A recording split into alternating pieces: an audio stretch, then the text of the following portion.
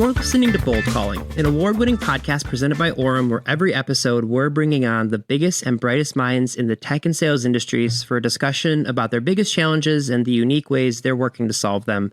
I'm your host, Adam Sockel, and today I am joined by Arely Brattin, SDR Manager here at Orum, and John Karsant, Founder and CEO of Level Up Leads.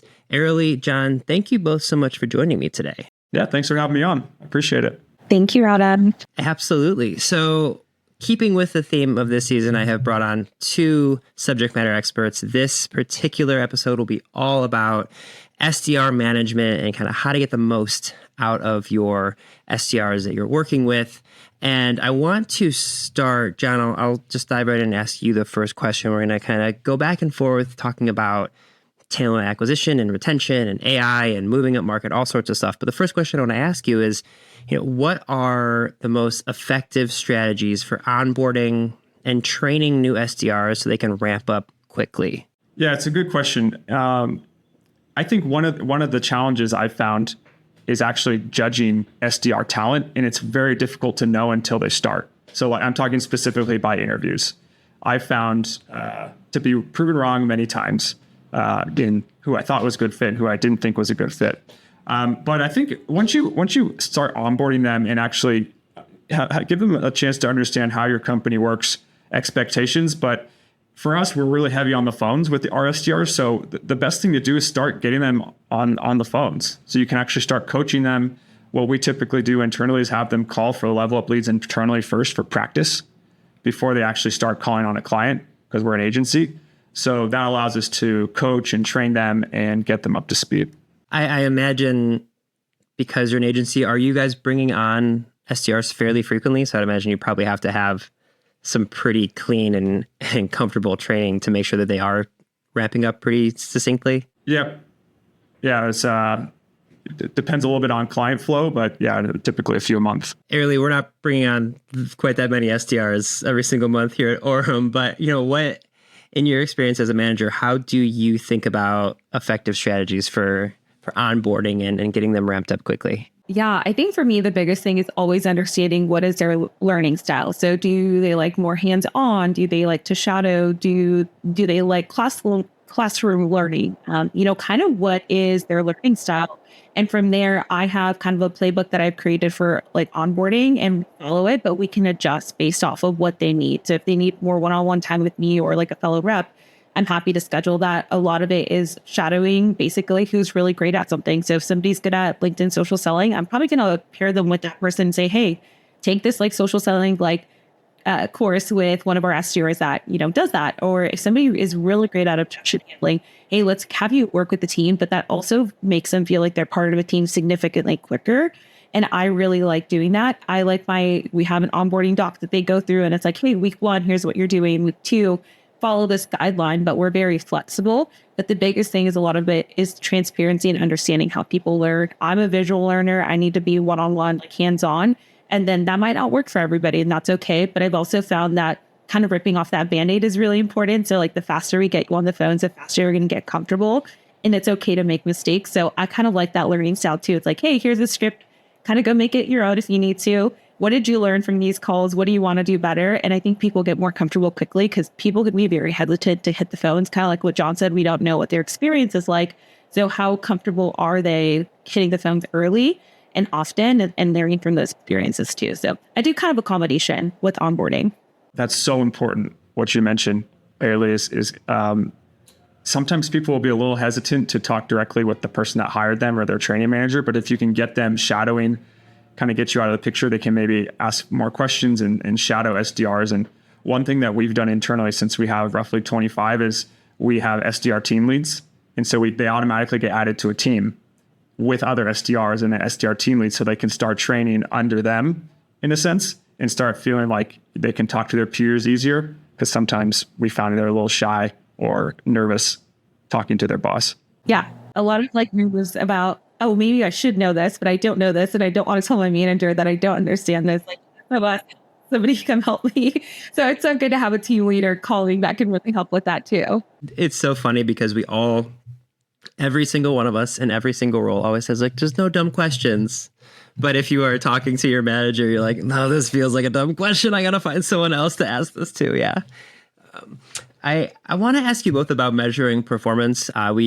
In the fall of 2024, we released our State of Sales Development report. And one of the questions we asked was, as managers, leaders, how are you measuring performance? Is it activity-based? Is it, close one? And so I'm curious, and John, we'll start with you. How do you measure performance, like actual success for your team?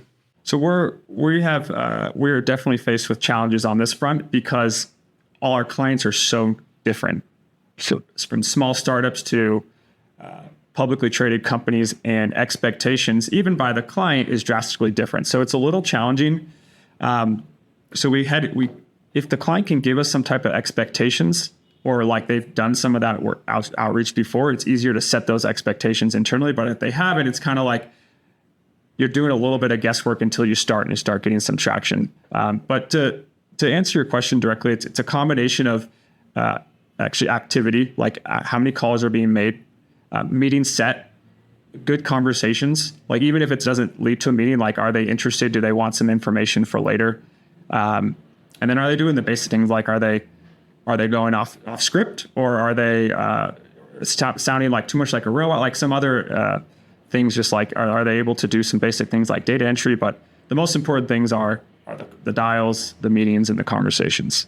Arely, what do you think? Yeah, I definitely agree with John. And, I think before, when I started my SDR career, like 2021, it was like just volume, volume, volume. How many people can we talk to? How many conversations can we have? How many meetings can we set? And I think now we're moving more towards a revenue model where it's more important about the quality of these meetings that we're setting and who we're talking to and how we're building relationships with, prospective clients. And I think that has drastically changed, where people were maybe making 300, 400 dials a day, whereas now we're making closer to maybe 150 or 100, but account selection is a lot different. So for me, a lot of it is basing it off of account selection. Are we picking good accounts? Are we picking good contacts? What do these conversations look like?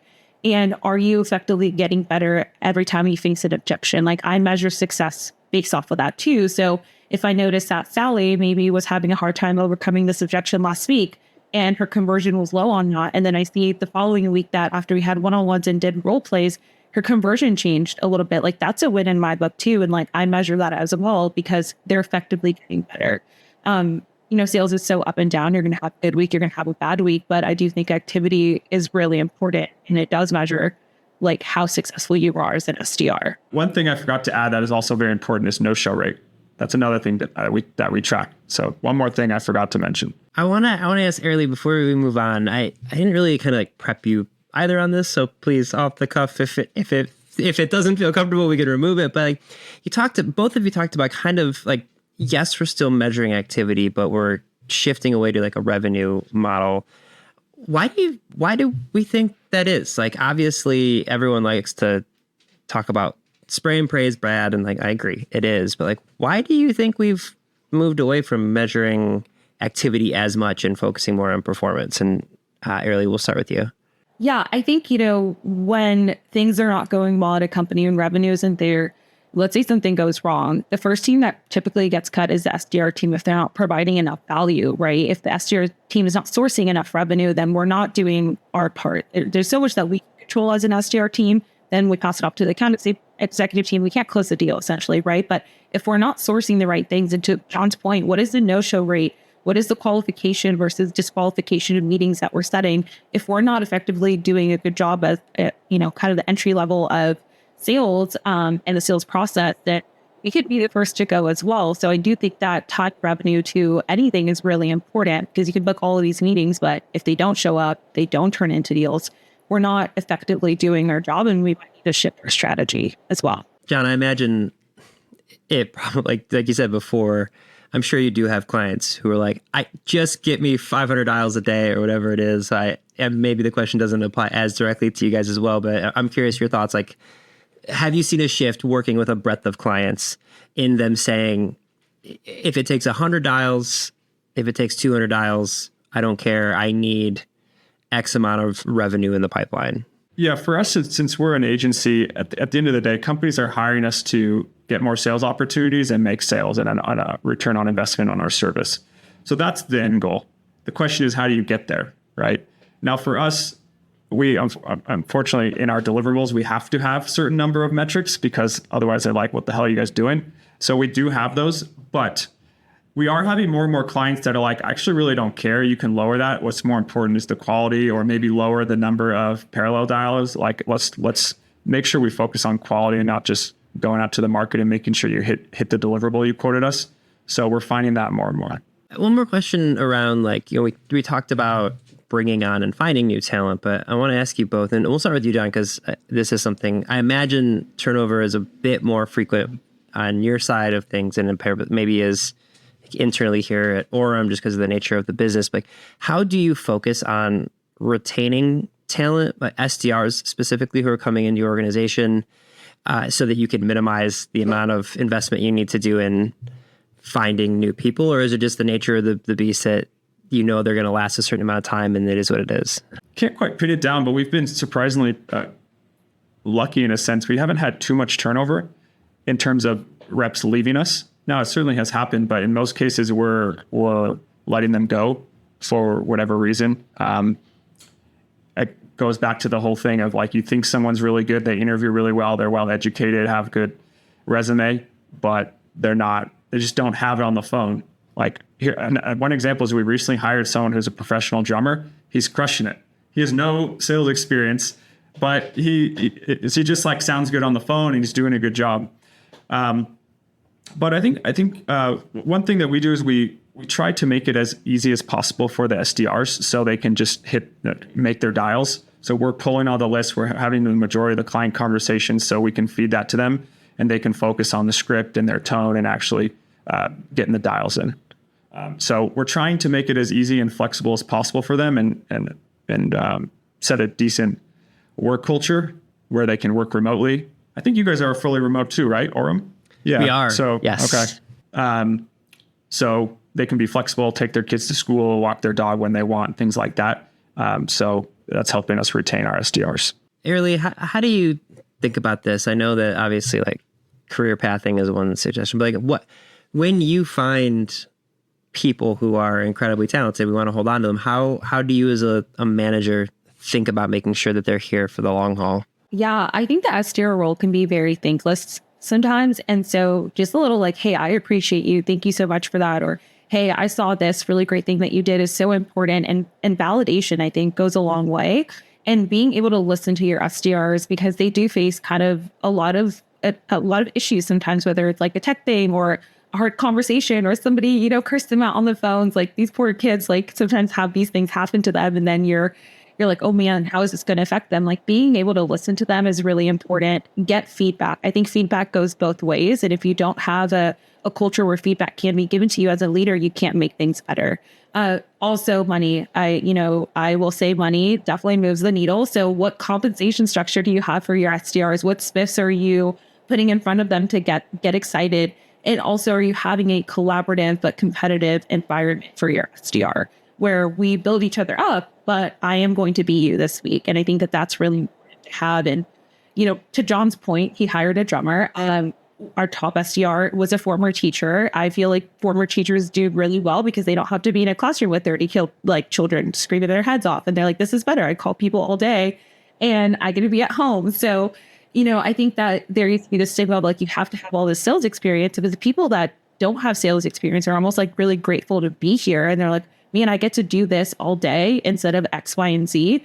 Heck yeah, like hire them. I just hired somebody from Barry's, and the first thing he told me was like, I'm ready to shake up the leaderboards. He's already competitive by nature. So how do you find those kinds of people that not only interview well, but you see coachability too? So I think it's just, like I said, creating collaborative but competitive environment, making sure you're compensating your SDRs and having two-way feedback communication as well. Two things there. One, I always jokingly tell people, I'm very blunt about it. People are like, what would it take for you to look at another role? I'm like, way more money. Absolutely way more money. I'm not that, that's one thing. I will be fully transparent about that. The other thing is having taken a Barry's class with my boss, Ting Ting, when I was in San Francisco, that feels like the exact type of person I would want on the phone, honestly. Like a Barry's boot camp coach. Yeah, I would take that cold call. I love that. That's really good. I want to shift gears a little bit to sales enablement. As a marketer, we're always thinking on our side of things, like how can we provide our SDRs and Arely and our AEs all of the things that they need to succeed. But I would love to hear from you both. And John, we'll start with you on this. You mentioned looking at your reps and how they approach talk tracks and do they sound robotic and all these different things.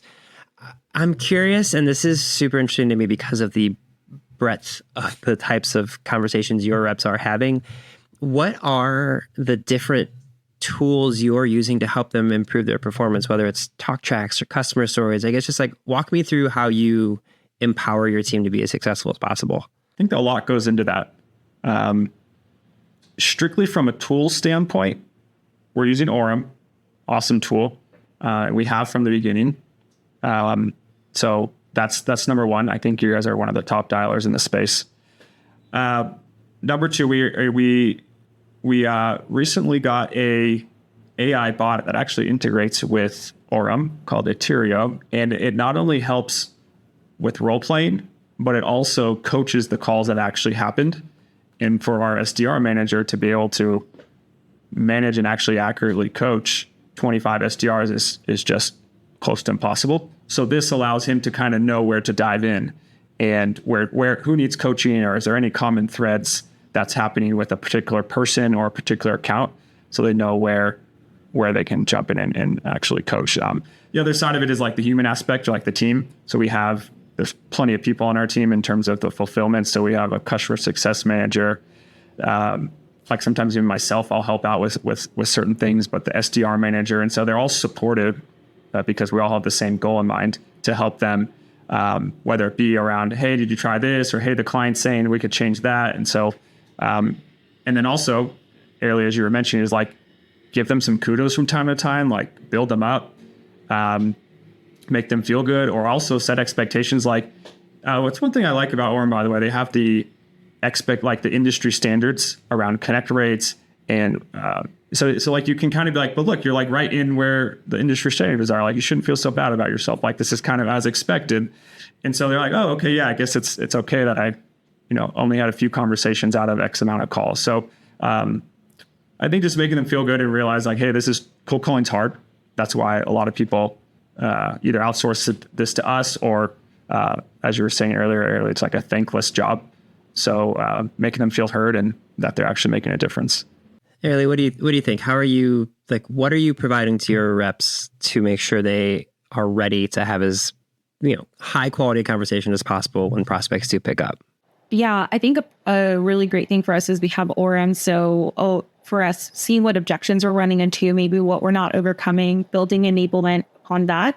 Or if we're hearing a lot of similar cases on the phones, seeing if we have any case studies to add value that we can speak to on those conversations. Hey, like, so glad you actually brought that up. We had this happen with XYZ company. If we have a case study for it, here were some of the results that they had. And so I think of it as having kind of a bucket of ammunition that they have that they can have conversations based off of whatever they're running into, and having that in a file for them to control F based off of maybe what scenario they're running into and see what enablement we built for that.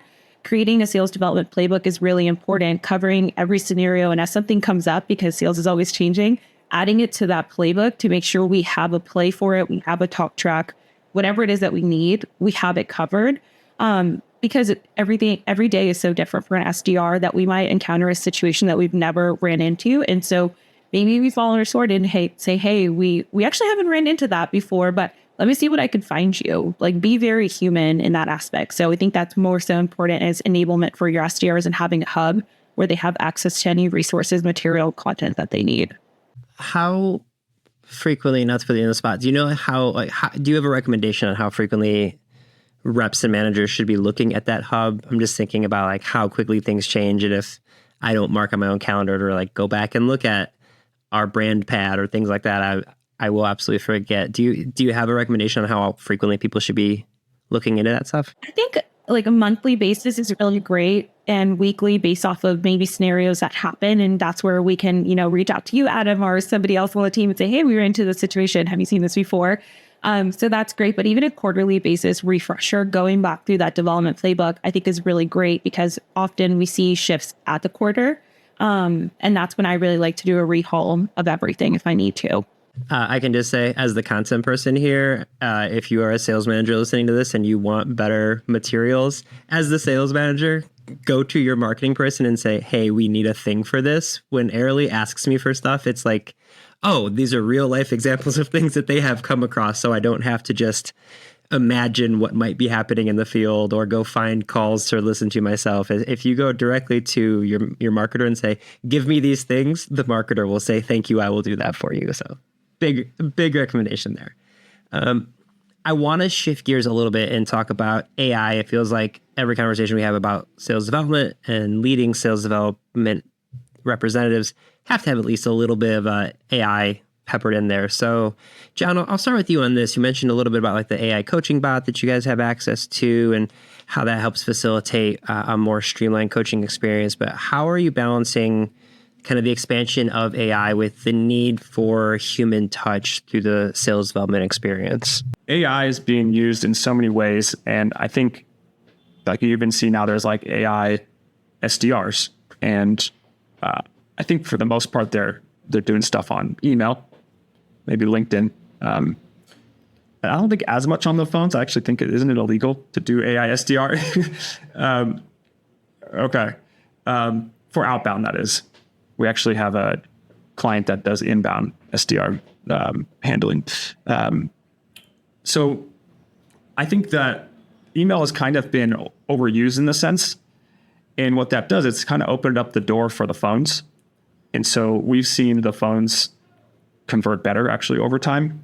And we've doubled down on that channel because I don't think as many people are calling. You don't have the AI noise there, not as much. And so that's where we're seeing most of the conversations and work success. Now, you could still use AI to help with scripts and targeting and things like that. I mean, a lot of it, like even the dialer, I'm not an Orum user myself, but the SDRs, I know they get certain information when they connect and there's AI, they're transcribing the calls or summarizing. Correct me if I'm wrong, guys. I haven't used it myself, but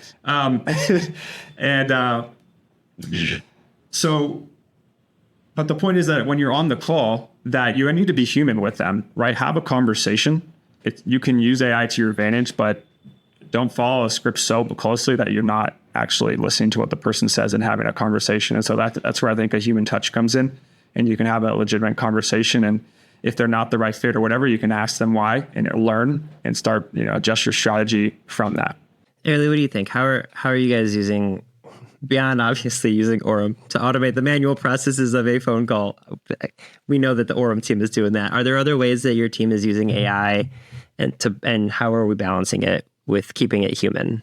Yeah, I think one thing we do is sometimes when we face an objection, we'll put it into like a ChatGPT and be like, what would you respond to this? Or, and kind of get a little bit of framework and then make it your own.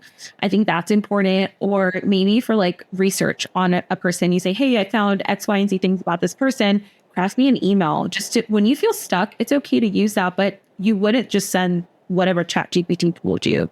If I see a rocket ship in my inbox, it's probably AI. You didn't have to actually do the research. And so I think that's really important, but the phones have been just so successful for our team, and it's going back to being human, right? And we make fun of one of our SDRs because she misspelled a prospect's name in an email. And then I said, send it back and be like, hey, at least it's not AI, like it's a real person who sent you this. And I think that the human approach is so important, and just sprinkling in a little bit of AI help. I don't think it's bad, but when you just solely lean on AI for everything, it makes it so robotic. You're not a real person, and people are buying from people nowadays. More deals are being done at dinner tables, at, happy hours. And so what does that human approach look like? And I say like, that's the most important thing right now, and being on the phones. Conversions are a lot higher on the phones and emails. I think people are burnt out by that. So just be human and use AI for little things here and there when you feel stuck. We did a report in the summer of 2024 about AI, and I talked to a tech buyer, and he told me, he was like, listen, I understand AI is important and it does help for a lot of instances. He's like, but I will tell you, he's like, if I know it's AI emailing with me or a chatbot, he's like, I am more inclined to blow them off. He's like, if somebody calls me and books a meeting with me, it's human nature for me to feel guilty about not meeting with them. So I'm going to meet with them.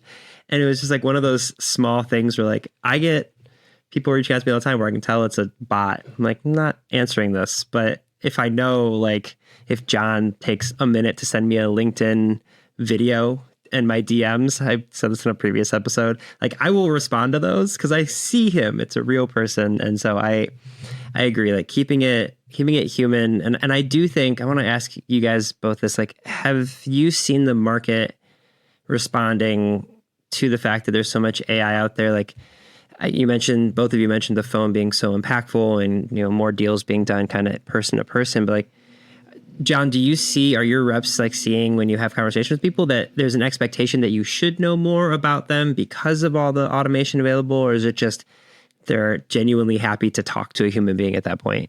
No, I mean, we're not experts on our clients. Like we try to understand enough to talk through them, but that we're not there to sell. I'm talking about our use case specifically, but we're not there to sell for our clients. We're there to generate interest and set the meetings so they can do the selling.